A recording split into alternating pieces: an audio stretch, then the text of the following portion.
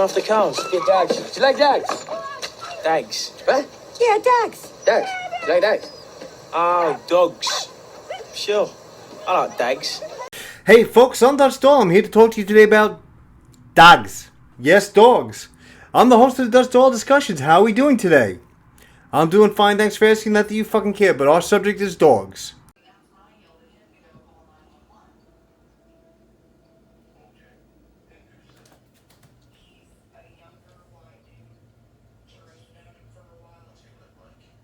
No, definitely not that dog, although that kind of dog. You know, the asshole with fangs kind of dog. That's the kind of dog I'm going to be talking about. Be talking about the NYPD Canine Division.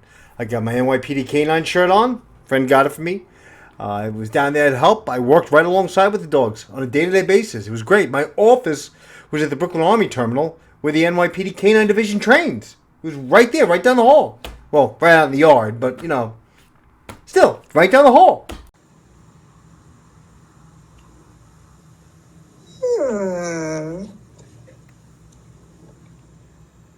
Nowadays, dogs and police work go hand in hand. But in 1908, when they just started this, dogs partnered up with cops was a whole new thing. The NYPD Canine Division exists of 4 branches of the NYPD. It's got 4 separate divisions within the Canine Bureau. Transit, Bomb Squad, Narco, and ESU. Narcotics. Narcos, narcotics. Of the 4 components that make up the Canine Bureau, we have 44 dogs, 3 of which are bloodhounds. You all know what bloodhounds is. Kind of like my boys, just a little bit longer, a little bit taller. Big floppy, same dog. Matter of fact, the Basset Hounds were bred from the bloodline of, I don't know what kind of weird science they did to make my little short. Threw the bloodhound in a dryer, maybe? Shrank him down to Basset Hound size? Maybe? I don't know. But that's how I have Basset Hounds. Now, the dogs consist of Shepherds that are cross-trained. We have Labrador Retrievers, Dutch Shepherds, and I had to learn how to say this word. I really did. Because everybody jokes around. We say Malamar. It's not. It's a Belgian Malinois. I'm pretty impressed with myself that I got that down. Malinois. Those dogs are just hyper, ready to go all the time. What people don't realize about these dogs is you only get 20 to 30 minutes worth of work out of the dog. I mean, high intensity, concentrated stress work on these dogs. It's the way it is. I mean, these dogs are giving you everything they got. Everything they got. For 20, 30 minutes. But think about it, you giving everything you got for 20, 30 minutes to doing anything. You know, you're dead tired by the end of it, or you get sensory overload. I mean, these dogs start making mistakes. Like men and women of the NYPD dressed in blue, out there for 24 hours on a shift. You know, by the end of your shift, you're making stupid. You can't even write your name. I remember coming back from shifts, like 18, 19 hours in like the West Indian Day Parade, but I went to go sign my overtime sheet, and the signature looked nothing like mine. Yeah, that's how tired you are. Here I have an example of the shield that the dogs are issued. I had this shield made up for my dog. Usually there'd be a shield number here. I have my dog's name here. Kind of a perk of having a dad as a cop, right? I think they'd like it. Yeah, the dog, get this, does not violate your Fourth Amendment right. A dog sniff is not considered a search. Right? Who would have thought? So dogs started going to police work in 1908. We've come a long way since 1908. And have the Fourth Amendment not be violated by this is huge. Absolutely huge. I had to take notes. I got a lot of numbers. So far this year alone, we've had 361 canine officers killed.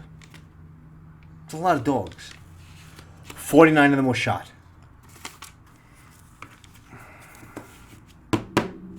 Yeah. Now, let me break down these dogs for you. Labradors are used primarily for transit. They're friendly dogs. People don't feel intimidated by these dogs. You can walk up to these dogs. These dogs will not go EDP.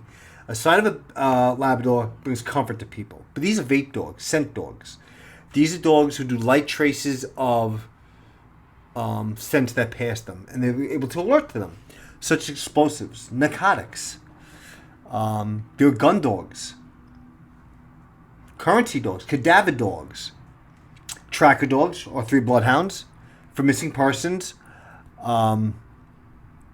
The transit dogs never see a day on the tracks. They're never on the tracks. They're always at the gates, maybe on a train once in a while. Back when there was New York City Transit Police, they had their own canine division, and these people patrolled with shepherds. Mean, badass, ugly-looking shepherds. Bomb Squad 2 uses Labradors, and these a lot of Dutch shepherds. They're easy dogs, easy to control, not high energy, and they're willing to work. Think about you're a bomb technician and you're sweeping for a bomb. And you're in a high traffic area, right? People coming and going. You don't want a dog to be easily distracted. You want a dog that concentrates on the mission. You want to use these 2 dogs. Narcotics. They get the most high-strung dogs there are. They get the Belgian Malinois. And I was in organized crime. Organized crime consumed narcotics. It was part of our team.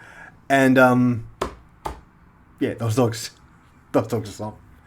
ESU primarily uses a combination of Belgian Malinois and the Shepherds. Along with 44 dogs being assigned to the NYPD, there were 44 police officers assigned to these dogs. Most of these dogs, well, in the last couple of years, they started naming these dogs after fallen officers. Yeah. There is a Russell Timoshenko dog. They call him Timo. I worked with Russell in the 7-1 when he was killed.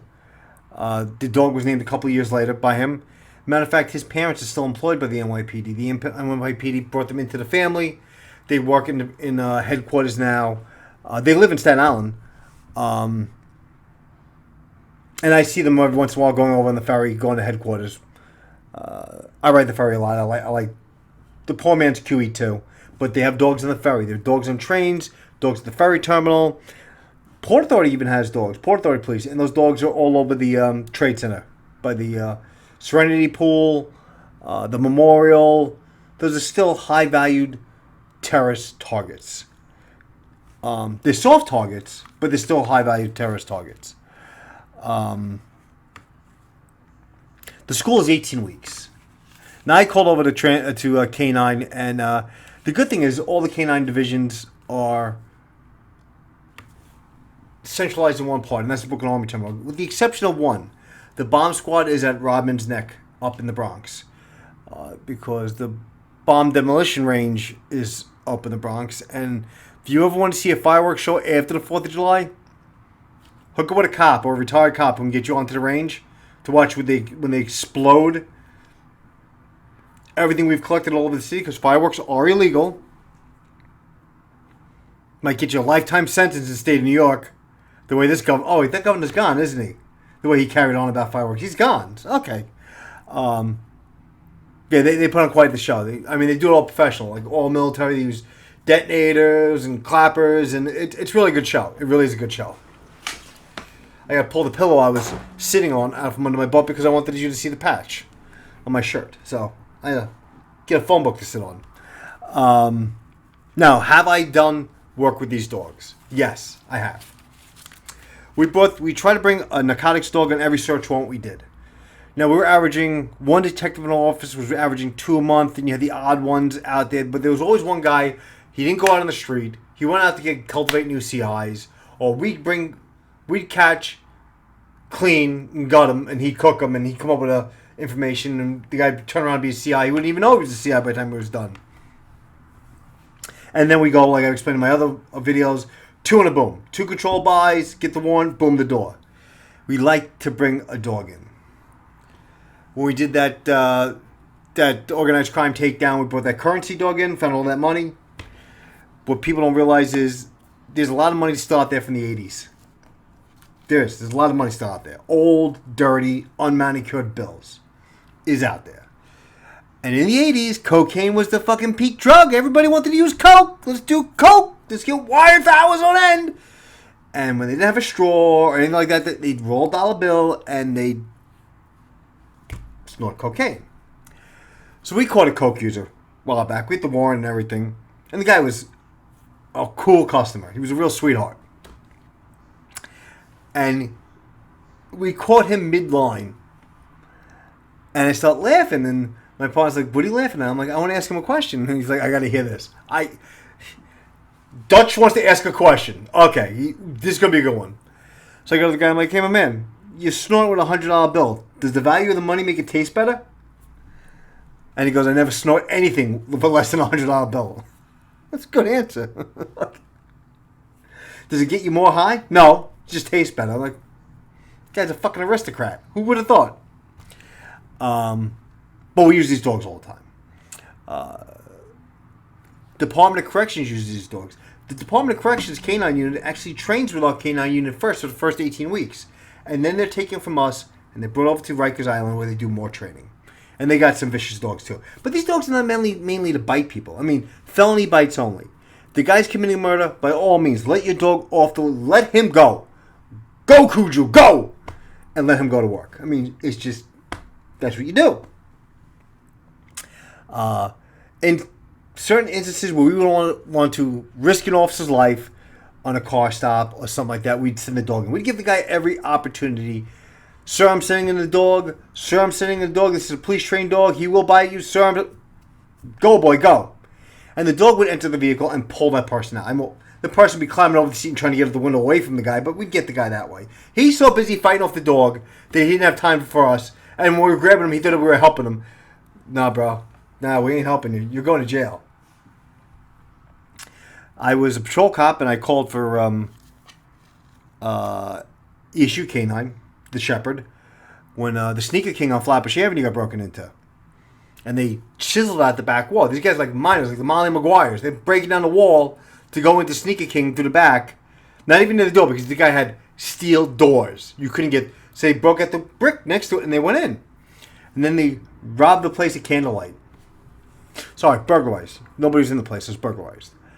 And Canine went... There were 15, 16 guys in there. Canine went... Guys, I'm sending a police dog in there. Come out with your hands up now. Wait a couple seconds.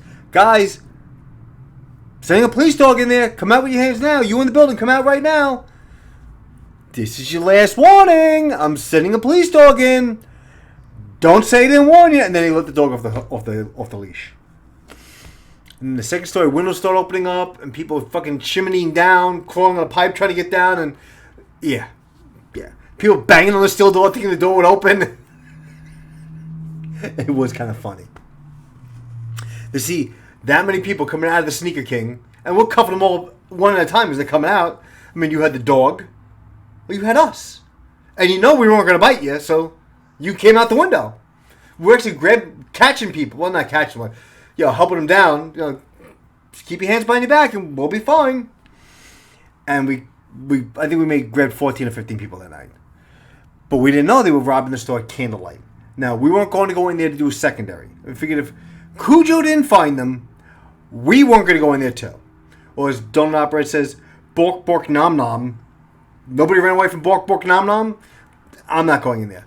But they were robbing the store at candlelight. So after we all left, we secured it with a board and nailed it on. And had the guys come down from ESU and they nailed the board to the wall. One of those candles fell over. And the Sneaker King burned regardless. Just burned. Yeah. The neighborhood smelled like rubber for I can't tell you how long. Weeks. Months. And that was during the blackout. So I remember it still smelled like rubber into the winter. But all because of one dog, two cops assigned to that radio call who responded to that burglary in progress, didn't have to go, and we didn't have to risk our lives. Did I feel bad about the dog? Having to go in there and possibly getting hurt? Yeah, I did. I was worried about that dog. I'm a dog lover, as you can tell. I wouldn't risk my boy's life. I ran into the fire to grab my dogs. I ran into for my bear sounds. Now, as a lot of you do know, they've been following the channel for a while. Rookie had lymphoma. He had cancer. And I was still working when he had cancer. I wasn't retired yet. And I went for the chemo option. I went for the chemo option, and it killed me. It killed me. The money was killing me. And guys from the 6-7, my dog is around because of the cops' love for me. I went out of my way for these guys for years, and they didn't raise all $65,000. I mean, they raised a good $8,000 out of it was still $8,000 not out of my pocket. I was pulling as much overtime as I could. Guys were throwing me overtime. I was getting thrown collars, and guys trying to help me out as best they could. But I got it. Rookie is still here, and that's 6 years later. So, knock on wood, he still beat cancer. I mean, this is what I'm still hoping. He's in remission, hasn't come back. My cousin's my vet. Even my cousin may be my vet. We could not bring that price down anymore. I mean, that's the family discount and backroom deals and everything like that. And I was pulling security duty at a veterinarian for quite some time after that because of she had a real psycho cat person. Not even a woman, not even a cat person. And it happens to be the same vet that the NYPD uses. So she always takes care of... Her brother's a fireman. So we have a black sheep in the family. We have a fireman. Which I'll give a shout out to one of my subscribers. Yeah, I didn't take offense to the fireman thing, even though my house did burn down. There was less damage caused by the fire and more damage caused by the firemen. Yeah, but then we had the Neil Jordan car pursuit. We tried to shoot my partner, and he got away from us that night. We looked for him for 7 days. That night, I have a picture of me, which I will include in here, of me and the canine dog going through the motions trying to track this guy down. And it was, yeah. It was something. Freezing cold. Remember working in a blizzard. I told you when the red lights went on, we could pull the guy over. It started snowing down real hard. The wind's blowing, so any kind of scent was gone. Was gone. And the dog got his... I mean, from what we saw, where he turned, the dog was right on his trail. But once we hit Nostrand Avenue and that wind was coming down that cavern, that scent was gone. That was gone. But folks, I want to give you a little history of the NYPD Canine Division, which I gave you no history. I just gave you the makeup of it. The dogs were great during the 9/11 search and rescue. We sent them down to Katrina. I went down to Katrina on the NYPD mission down there. We brought dogs with us. They worked out during Sandy. Yeah,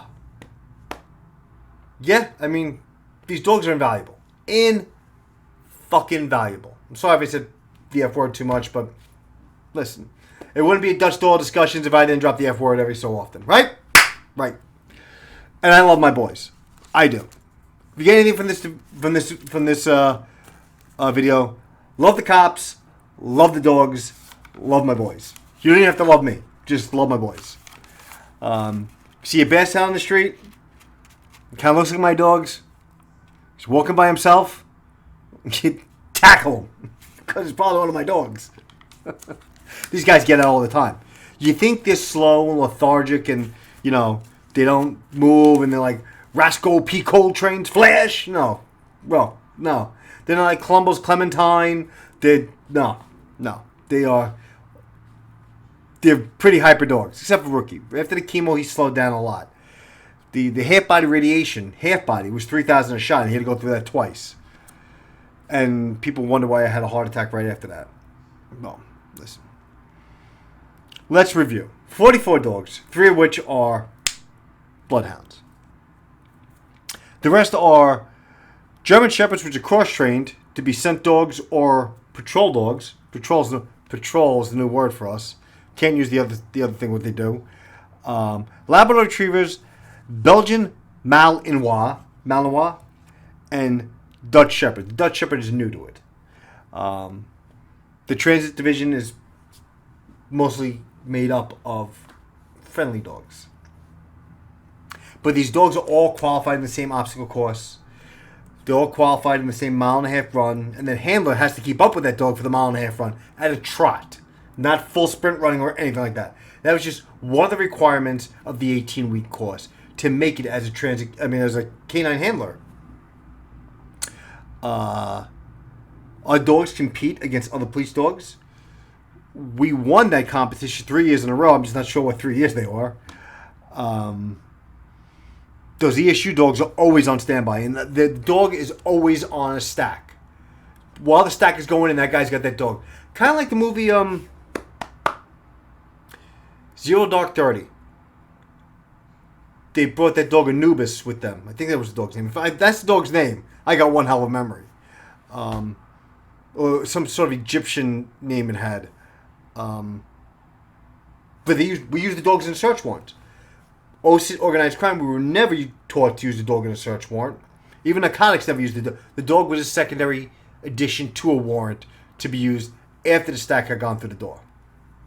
Made sense. These guys are trained to use these dogs. These dogs are trained in a different way. These dogs you let off the leash and you're not wearing blue, you might want to get out of the way. But listen, these dogs have also been known to bite officers. If an officer's in the house searching for the suspect, and the dog doesn't see him before he goes in the house, and the officer's in there, and he's sent in to go get who's ever in the house, the dog might bite the cop too. So, folks, I'm Dutch Doyle. These are my discussions. Say hello to our good boys when you see them walking down the street. Say, good boy! I'll see you next time, Wednesday. Later, folks.